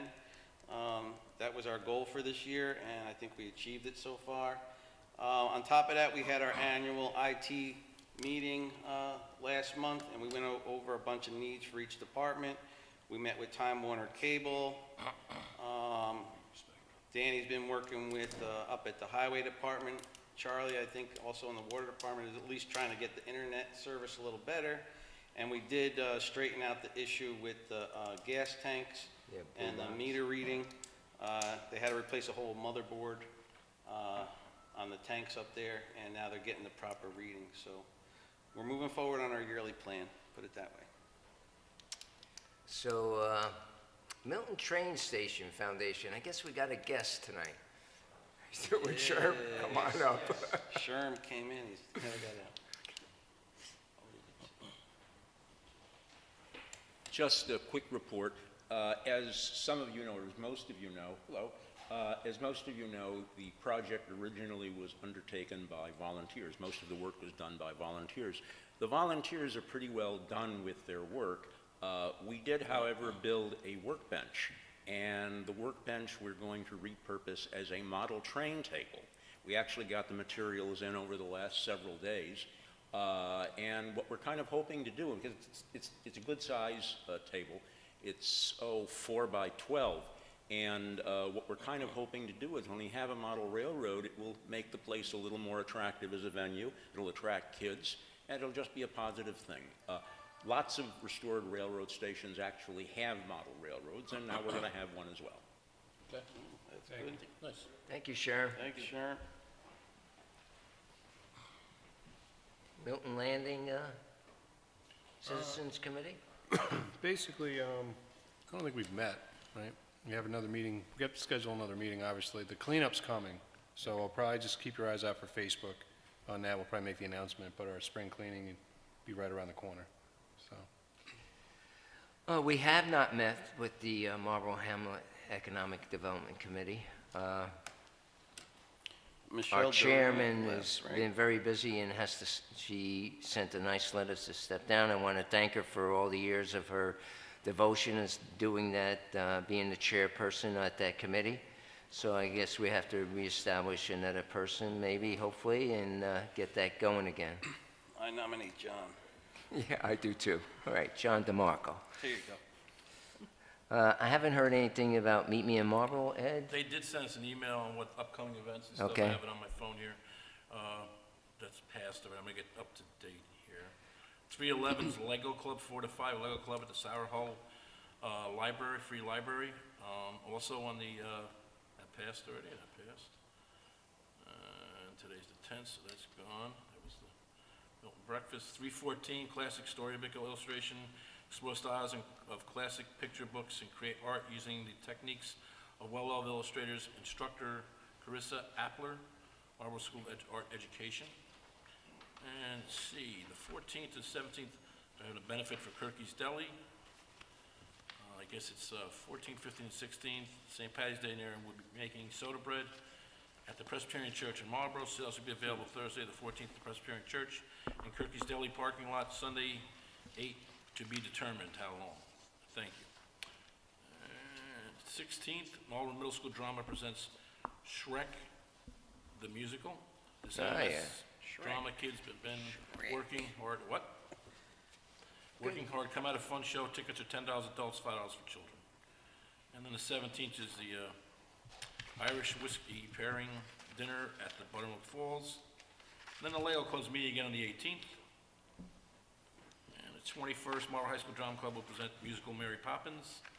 The tickets are $12 for adults, $9 for students.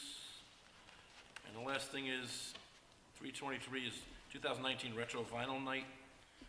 Retro sound, dance, eats, drinks, attendance, RS and audiophiles. DJ Eddie will be spinning the retro disco and rock and roll of the 70s and 80s in his vast collection, but it doesn't tell me where it is. It's weird. Let me see if I can click on it. That's a big, Where? It's out of town?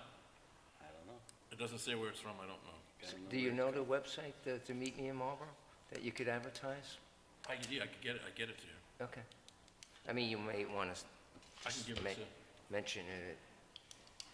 Okay, hold on. I'll give you the website. Oh, jeez, I lost it. It's probably Meet Me in Marlborough. I think it is Meet Me in Marlborough. But now they got me somewhere else. They do a lot of great things, so. They really do. I get through it. When you keep going, then I'll Okay. get it. Hamlet and Milton Association Committee? I don't have any updates from Vivian or staff or CJ, but again, the cleanup and everything's coming up. As the weather Getting that time of year, changes. springtime. I should have something next month. Oh, great. Transfer station, I know Larry called me today.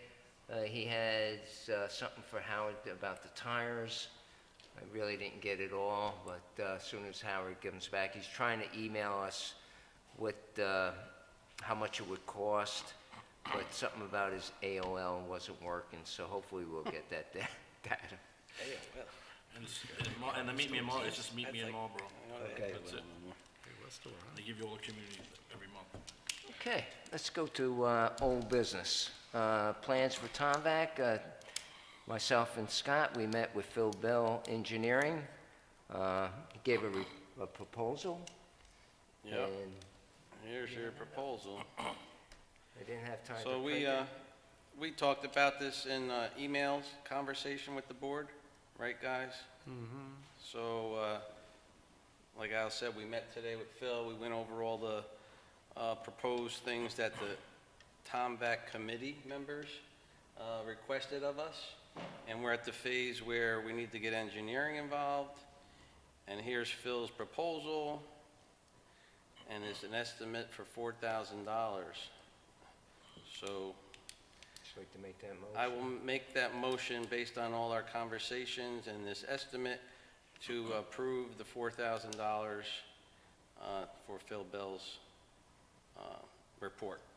I'll second it. All in favor? Aye. All right, Opposed? So moved. Thank you, Scott. thank you. And he, just so you know, he's going to be given a full drawing to scale. He's going to be doing all the breakdowns, and he's going to put in, Whatever it costs. you know, add-ons or not add-ons. He's going to break down what every single thing's going to cost, so we could determine, can we do this, can we not do this, should we do this? But he's going to have a full-blown, really detailed proposal of what the costs are going to be here.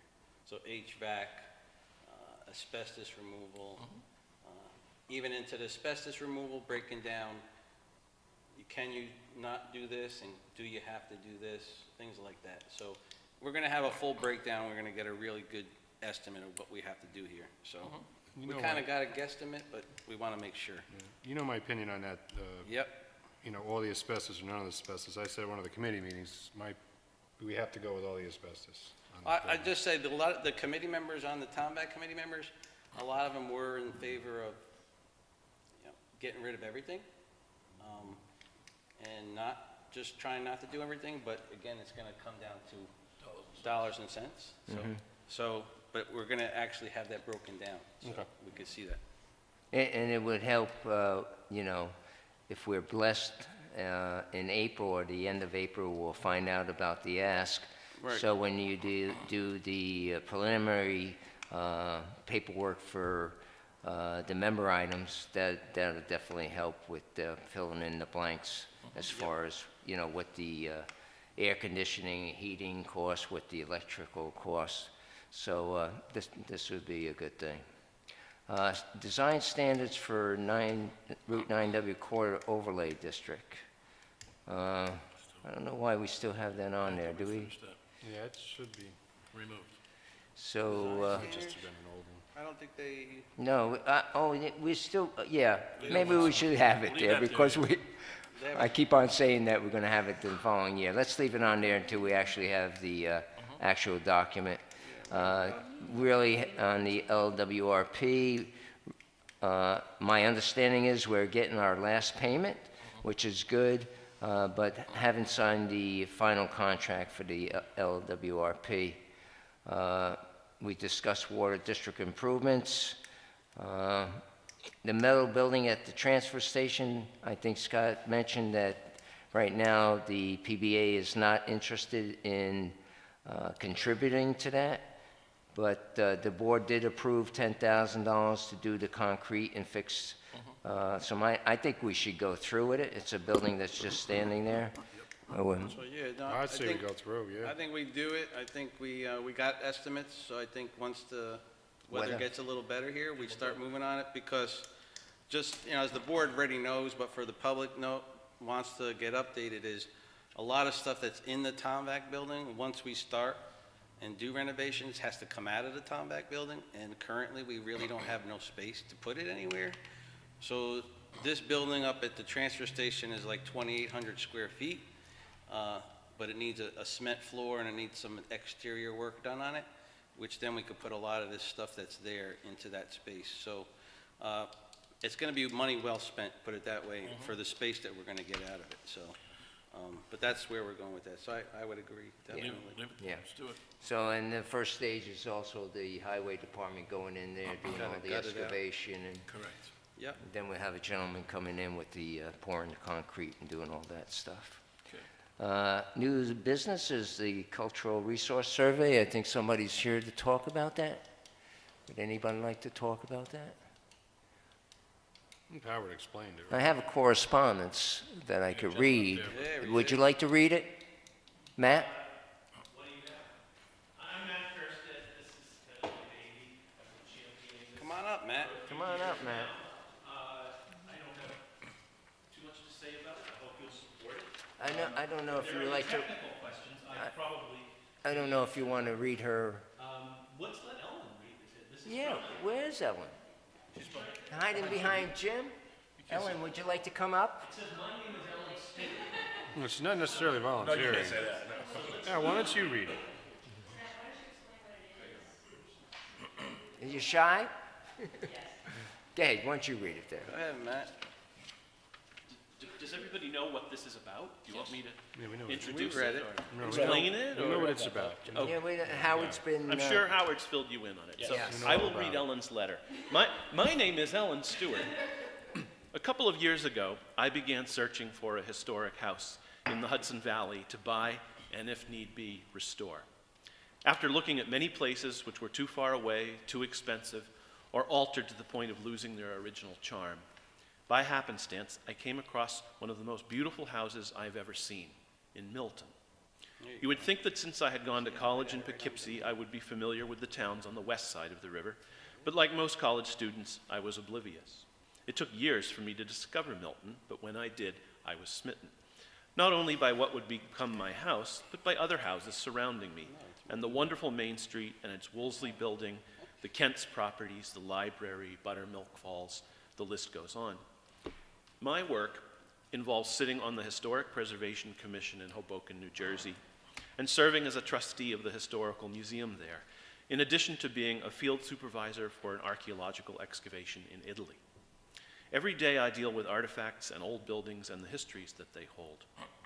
And as time goes on, I become more and more committed to the preservation of those very things that make up our past, enhance our present, and will inform our future and the generations ahead of us, just as they are informing us now. As I research the history of my house and the people that lived in it, I sense the power of the past, all of those families that moved to this area, built houses, bought land, managed farms, worked in the factories along the river, families that lived here for multiple generations, and the descendants of those families that live here still.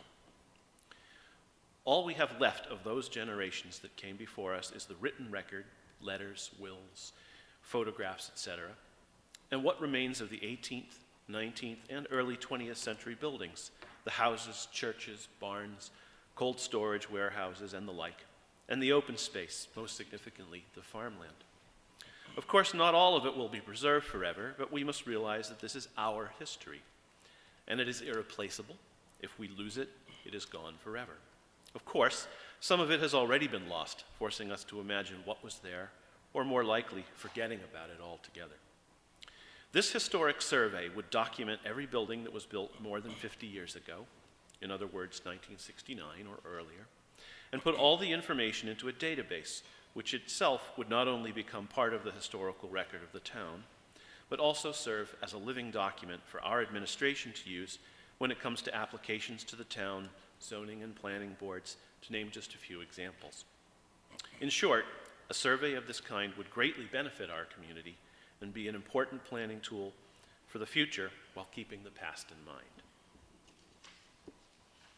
Thank you very much. Thank you. Thank you. Very well written letter. Thank you, Ellen. Yeah.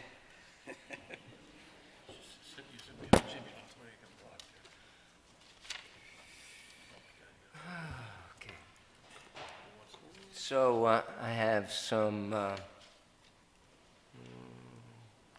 correspondence.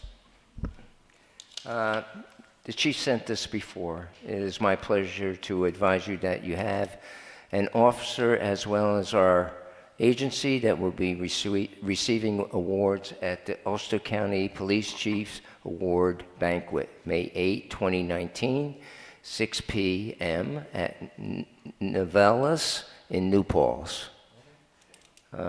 Meritorious police investigation, individual officers, Officer Michael Sostansky, meritorious police investigation, a multi-team Marlborough Police Department as well as the Marlborough Fire Department. Please advise your award recipients. Sincerely, Daniel Waga, W-A-A-G-E. So he's saying it's tickets are $50 per person, so if anybody would like to go to that and join the chief. I went last year, it was pretty good. The food was excellent, the speeches were short. I think they had a special guest, Congressman Gibson was there. So all in all, it was a good time. And especially if we have a couple guys that are coming from Marlborough. If you have the time, that would be greatly appreciated. This is the law. I think that's about it. Besides Ellen's letter? Oh, I know I have. Sorry. I have other things. Yeah, special folder. It's called correspondence folder. Okay. Mason's Voice, once again, would like to have their 5th annual Memorial Family Fun Day. That's August 4th, 2019. We're good for that, Colleen? Yes, everything's fine. So they're looking for a waiver, so I need a motion to waive that for Mason's Voice NFP. It's a 5013C. We do this every year, I guess. I make a motion. And I'll second. Okay. Thank you, gentlemen. Town of Marlborough. I'm going to read this last. Okay. The Girl Scouts. Bridging ceremony again. This is June the 11th from 4 to 8 p.m. with a rain date of June the 14th. So there below is the required letter to the board. When approved, I will submit the application and a $100 deposit. Do you need another certified or liability? I think we got that all covered. Yeah. Okay. So I need a motion to waive that for the Girl Scouts. I'll make the motion to waive that for the Girl Scouts. And a second? Second. All in favor? Aye. Opposed? So moved. Here we go. From the chief, well, actually, it's from Robert Prince. It says, Dear Chief Kokoza, I'm writing to provide you with a formal notice of resignation from my position as Town of Marlborough Police Officer. My last day will be March 17, 2019, 2 weeks from today.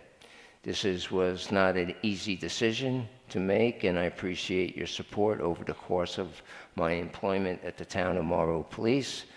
I truly value the experience, training, and knowledge I gained over the past 7 years. It's been a pleasure working with you and the MPD family.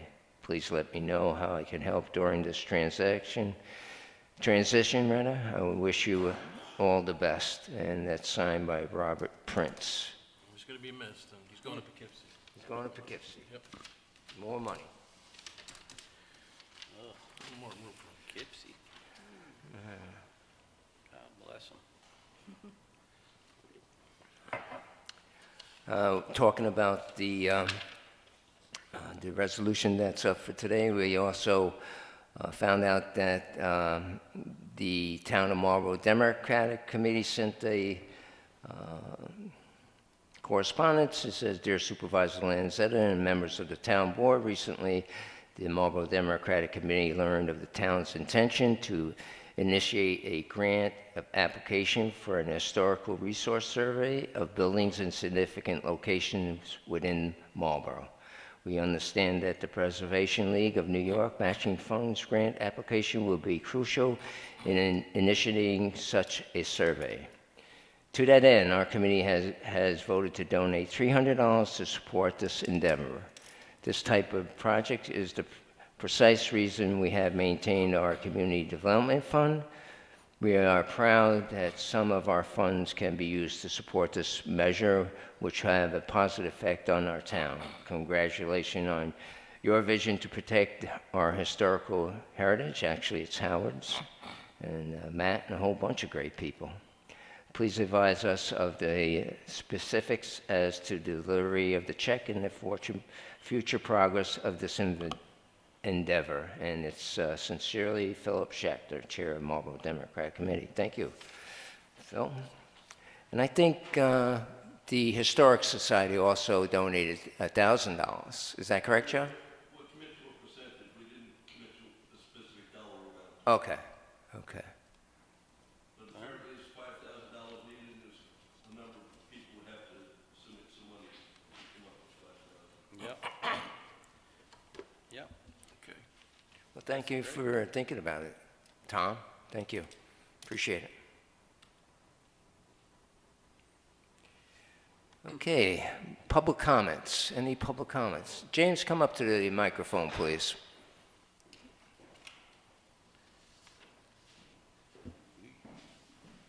How are you, James? Good, thank you. I missed a couple of meetings, and you got the door police tape. What's going on? We thought we That wasn't to keep you out, James. thought we were keeping you out. Is it to keep you in? Yeah. The overhang has got That's issues. all you had? Resolutions, let's go. Thanks, James. There's an issue here we hope the school will address pretty soon. Any public comment? Any other public comment? All right, then we'll go to the resolutions.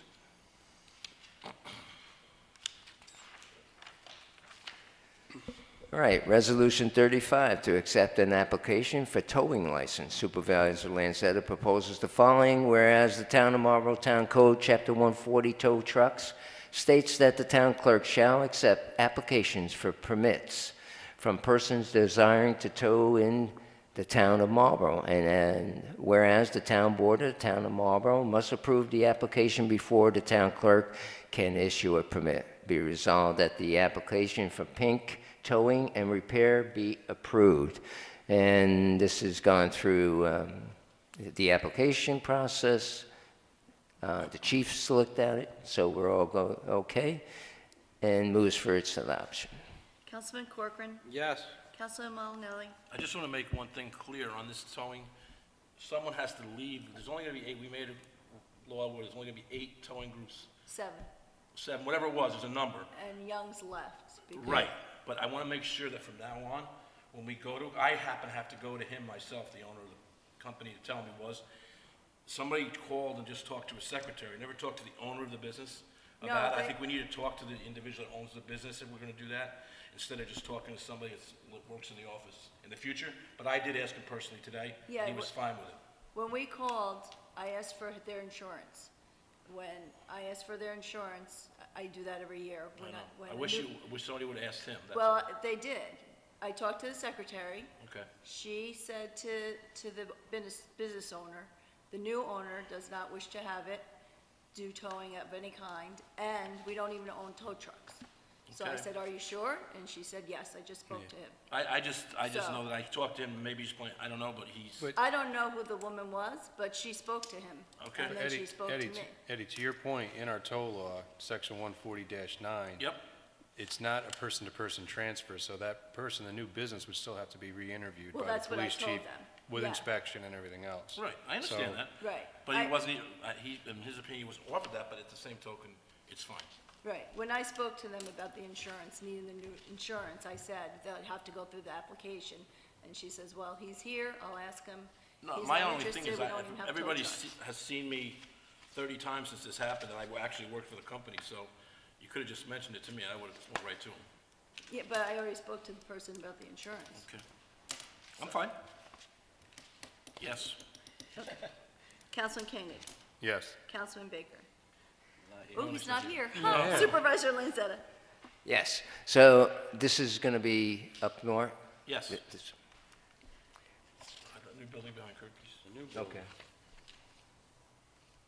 And he's putting in, once the weather breaks, he's gonna put the fence in? Correct? Doesn't need it, but he will. Huh?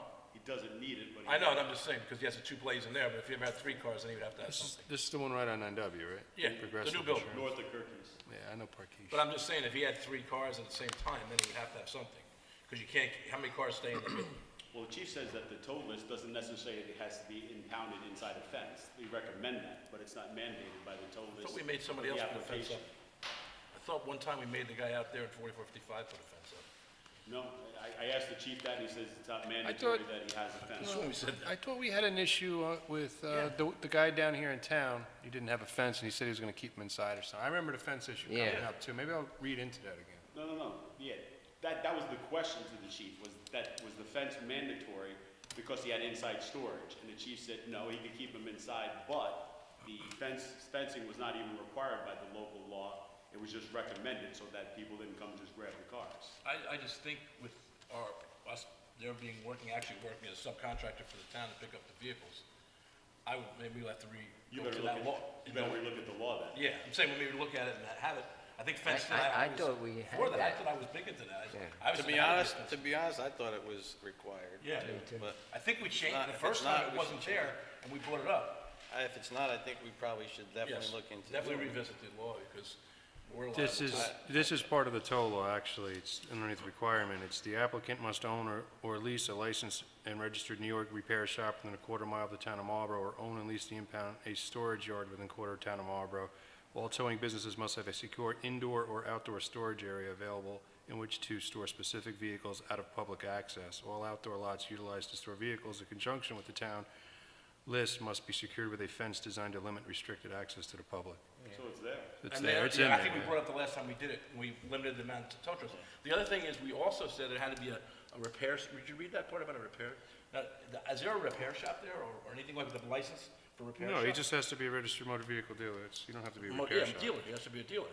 Yeah, but he is, isn't Well, he? you gotta No. have the fees, He has nothing but a tow truck there. you gotta have the fees, posted, right? The We towing also have fees. to have some kind of, I remember because the reason there's 3 down in Marlborough is because one's a body shop, one's a repair shop, for the ones that we have down at the south end of Marlborough.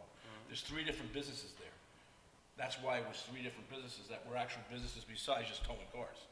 So that's the thing I thought we had in there, but I mean, if you read that, does it say it has, what does it say about the business? Says the applicant must own or lease a licensed and registered New York repair shop. Licensed or, yeah. That's that little license you're supposed to have outside when you have a repair shop. Well, does it have that? No, I don't know if it does or A lot doesn't. of them don't. no, he doesn't even do repairs. Doesn't body shop, doesn't do anything. But it means he can still get it, right? Yeah, but I mean, you've got 3 or 4 on there now that don't have it. Right. This is Well, just I'm towing. just saying that we need to change the law if that's not the law. Or make him get it. It says it on there. It's in the opening paragraph of criteria. So, Well, if that's the new law, then it has to go by the new law, doesn't it? And whoever was in before the law came into effect, obviously, is grandfathered in. Is my opinion. So it's up to the board. What would you like to do? Would you like, so then it doesn't Doesn't fit the law. fit the law. So we're saying that it has to be a repair shop only? No, body shop, repair shop, has to be some kind of repair shop. You know, every repair shop, just like, Well, I get that, but they have that little license on their door, even if they're. why can't a person just have a business as a tower? they probably- That's why we put that in there, so it probably just can. couldn't just do that, but that's fine. You guys do what you want to do. I mean, I don't know what the difference is, but, There's a big difference. You're paying for that license where some people aren't paying for a license. well, Well, they can't charge any He- more than he the can- other person He because can still get a they got a he can still get a specific license, rate. right? When did that law go into effect? When is it dated on I that? don't know. I got a That was copy last of it. year. Last Yeah, year, we just did 16. We did it last year, and we condensed Last down to year. 7 feet. So it was new to last year. Yeah. I mean, we have specific rates for towing, so no matter if you're a mechanic shop, a body shop, or just a tower, you're not, And they're they supposed to can't show charge how any long- more than the other person. Then put him on with the, he's got 60 days to get his vehicle registration. I mean, I don't know if he wants to do that. well, then it's up to him. We'll give him the option. Give them more than 60. He obviously wants to tow cars. He wants to tow cars. As far I as think you got a question in the audience.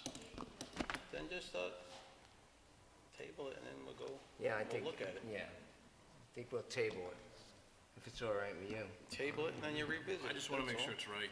You're right. So Okay. table it? So I need a motion to table the application. resolution?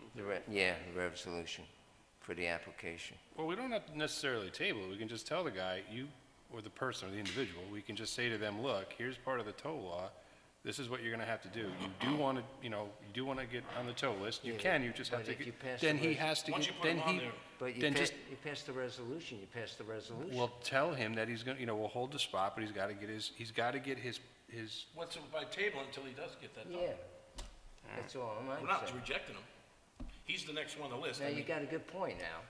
I'm just saying that you have to tell him, otherwise, if we pass the resolution, it's a done deal. either that or change the law. It's the only other way around. So let's table the resolution, and then we'll get back to him and saying this is what you have to do to fulfill the law to have the towing thing. We spent 2 years. I know we spent a lot of 2 time years on on it, that total, you know. yeah.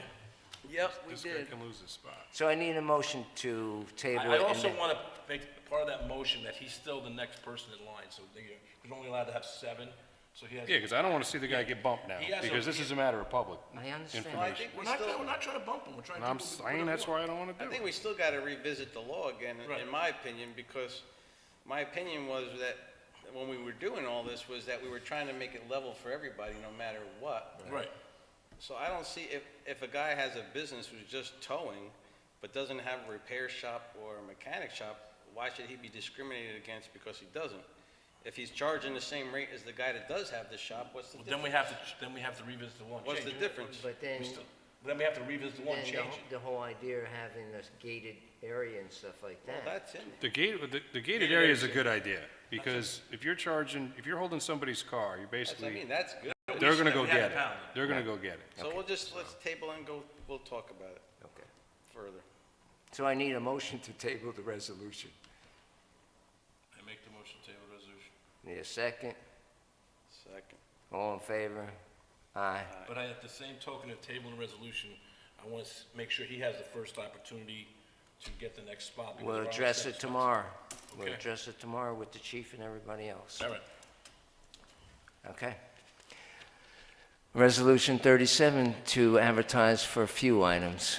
This time of the year, I guess. Supervisor Lanzetta proposes the following: resolved that the town board authorize the town clerk to advertise for the following items. That's number 1 is propane, number 2 is heating fuel. Now therefore be resolved that the town board authorize the town clerk to place a legal notice in the official newspaper of the town requesting sealed bids on the aforementioned highway items, and that all bids must be accompanied by a signed non-collusion affidavit. And be it further resolved that all bids are to be received by the office of the town clerk, 21 Milton Turnpike, Milton, New York, 12547, until 2 p.m. April 16, 2019, at which time will be opened and read out loud, and moves for its adoption. Just a quick thing. Sure. Is this 37 or 36? Because there was 2 highway ones. You read 37, I believe, right? It's 30. 36, this is 37. You skipped 36. You skipped 36, that's all. I'm reading it, and I was like, wait a minute, this says stone. And you were saying propane. Yeah, that's the heating and. So I just want to make sure you said resolution 37. He Yeah. did say 36. So that's fine. Oh, he skipped Now, we can move through, we just go back to 36. Yeah. Yeah, I gotta just go wanted- I see what you... Yeah, because it was like, I was confused as I'm scrolling You through. moved too quick. That's okay, it's getting late. We usually don't stay out this All late. right. Councilman Corcoran. Yes. Councilman Malinelli. Yes. Councilman Koenig. Yes. Supervisor Lanzetta. Yes, Now I'll go back. now we go. 36. There we go. So that's Now where we go? 36. 36. There you go. It's similar, but it's stone. Oh, That's I what missed that one. Yeah, I see that. Yeah, So how did I? no, I got it. So, Resolution 36, to advertise for highway items. Supervisor Lanzetta proposes the following: be resolved that the town board authorize the town clerk to advertise for the following items: highway materials. Item 1, road material, washed stone, 3/4 stone. Item 4, New York State specs per ton. Item 2, material hauling spec available at the town clerk's office. Now therefore be it resolved that the town board authorize the town clerk to place a legal notice in the office official newspaper for the town requesting sealed bids on aforementioned highway items, and that all bids must be accompanied by a signed non-collusion affidavit, and be it further resolved that all the bids be received by the office of the Town Clerk, 21 Milton Turnpike, Milton, New York, 12547, until 2 p.m., April 16, 2019, at which time they will be opened and read out loud, and moves for its adoption. Councilman Corcoran. Yes. Councilman Malinelli. Yes. Councilman Koenig. Yes. Supervisor Lanzetta. Yes. I was going to skip 37. Now you go. Now we'll go to 38. Resolution 38.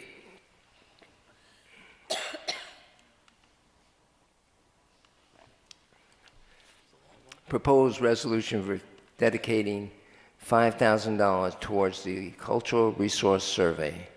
Councilman Baker proposes the following, whereas the town of Marlborough has a rich history, particularly as it relates to agriculture, and whereas the town has identified one of its main goals in the recent update comprehensive plan is to maintain and protect the town's natural resources and better document the town's historic and cultural resources, and consider ways to protect and enhance these resources as a source of community revitalization.